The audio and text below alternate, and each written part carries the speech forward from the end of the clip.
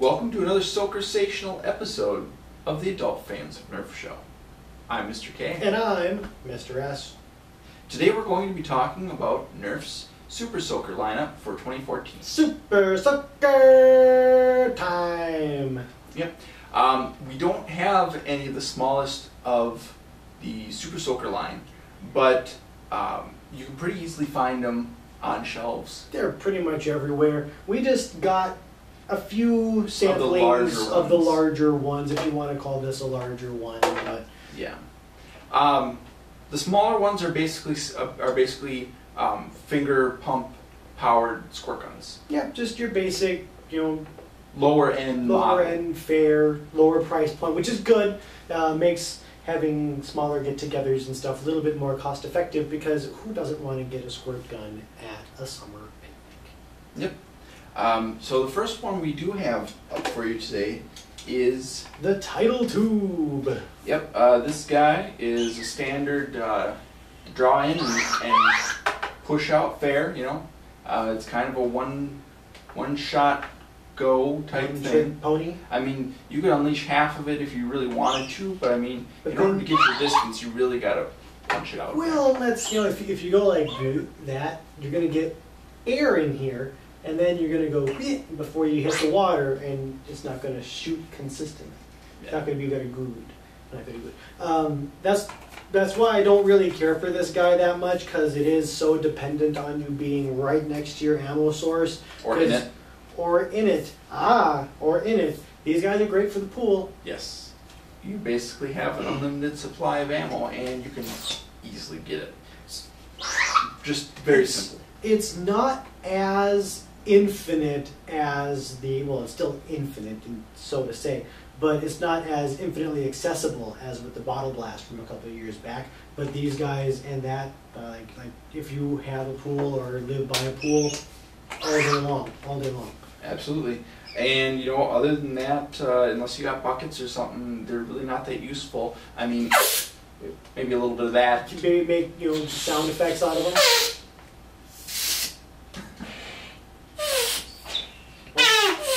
There you go. So, but yeah, I mean, other than that, they do perform fairly well for what they are. For what they are, I mean, you're gonna go, and it's gonna go far, and it's gonna be a big stream, and then you're gonna refill. So. Yep. Next! One thing that I'm going to note about this year's Super Soaker lineup is not many of them have triggers. Yep. Take it or leave it, it is what it is. One thing that they have really increased upon is the capacity of the blasters on themselves. Yep. They're basically making a good part of all the blasters out of the tank. Which is unique, and they have done such a good job of forming all of these. This entire solid colored piece right here, all the way down the handle, is the water tank. The handle is the water tank. It holds a lot of ammunition, and with that you can drench a lot from those double barrels of awesomeness. Yep. Pretty much the only way I can think of that I'd improve it is by taking, and instead of the little holes here and here, I would rather it fired out of these holes around the periphery. Makes me almost wonder if it'd have to depend on how the head is set up, but if you could drill those out and maybe it would work. Again, I don't know how it works on the inside there. But the double drench is definitely a close combat awesomeness. It doesn't shoot very far, but it's not meant to. It's a shotgun. It is what it looks like. Yep, it's just basically a spray. Yep. From two different nozzles, or two separate nozzles. Two separate barrels of 3 nozzles each. Haha. Yeah.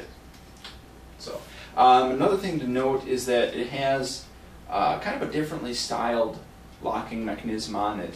It doesn't actually use any kind of gasket that I've been able to see at all.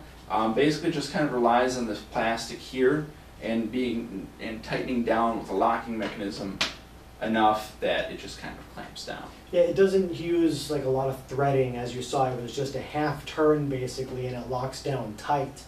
They don't really leak water at all. which is really cool. It's a good design. It does make holding this a little bit uncomfortable though at the bottom here. It would almost work better if this was at the top, but then it would get in the way of all of, I don't know how to do it better. This is just uncomfortable. Yep, just a little bit. I don't know. Maybe not even. Maybe have like a string type connector instead of the. Ah, like on the, which one was that has that? Crossbow. It is the crossbow that has Yep. that. I knew it was one of the Super Soakers. So, but we don't have the crossbow We yet. digress. We have This the is the Hydrostorm. Hydrostorm. This is the only battery-operated one that we've seen from this year's lineup, and the first one with a trigger. What? Oh, the first one this year was okay. I understand what you. I didn't catch you there for a second. Well, because I mentioned earlier that not many of them have. Well, no, triggers, but this that one has. what I was talking about. I thought you were talking about the fact that it's a triggerless battery-powered system, when in fact there are no triggerless battery-powered systems. That's what I thought you were referring to initially. Okay. But anyway, this guy takes 6 A batteries, AA batteries. I'm gonna say, what's an A battery, Batman? It's between 9-volt and AA. No, I know it doesn't actually. It doesn't actually exist. 6 AA batteries in this guy, loaded from the top. Very reminiscent of past battery-operated blasters that were clip-fed, but this guy has just as much ammo capacity without the need to carry down those weighted. I love the clips. I really like the clips too, and you know, it's really to make the blasters cheaper, because the clip mechanism made the blasters cost a lot more. Let's face it, all of those bits and bobs inside of there with the motors and the clips and the clamps and as separate pieces and whatnot, it gets expensive. Not just for the production, but for the consumer as well. So you do something like this that's kind of the best of both worlds. It's lower price point, it's still battery operated and motorized, there's just no clip to it, it's just got a bigger tank. So you're still getting the fun. This one though, we noticed, tended to pulsate more. Yes. It wasn't as steady of a stream, you could see it. No, pulse. the pump doesn't seem to be a consistent pump. It's kind of almost like an oscillating pump. It seems that way. There's some kind of variance in there. It almost makes swirly cues when you fire it. Yes, but you know, other than that, you know, it's a blaster that'll soak your enemies. Definitely. I like these because, you know, dual wielding is fun, and it's so hard, especially with, you know, Super Soakers, to dual wield. With this, you can easily dual wield because you don't have to pump it. You just pull the trigger and it works. Yeah, and you don't have to worry about. Well, I mean, you don't really have to switch out clips, so you know. I mean, there's that. But if you had some lightning storms with the barrel clip, you could definitely outmatch this. You know, I mean, but you can use those without. For sheer stopping power, yes. I mean, you're talking about a tank that's about the size of one of the, you know, not the banana clip, but the longer one, compared to the barrel clip.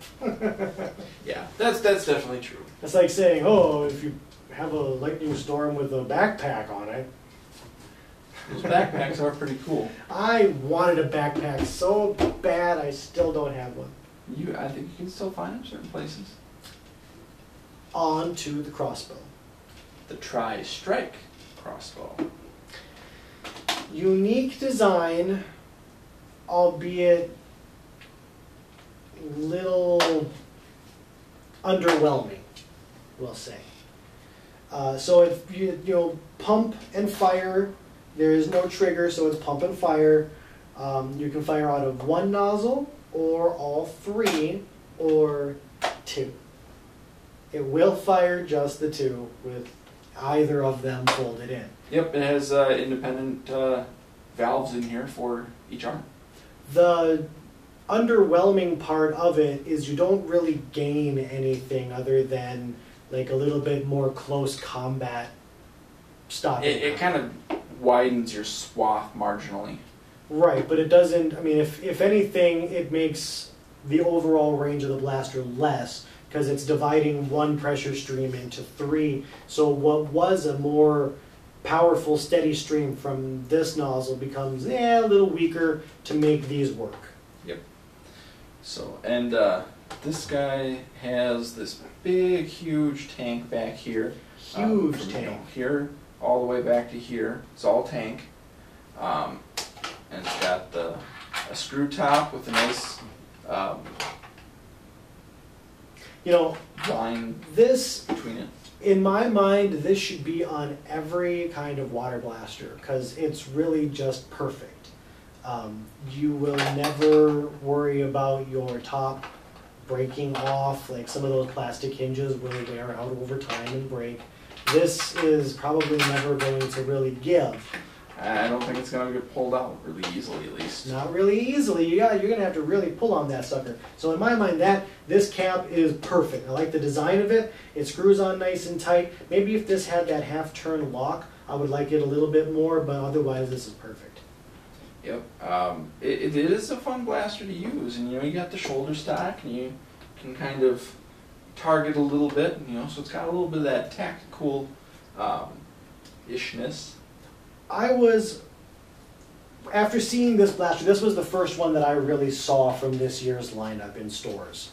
And I looked at it and my immediate thought was, ugh, what did Nerf do? Where are all of my clips? Where is all of my nice icy colored stuff from before?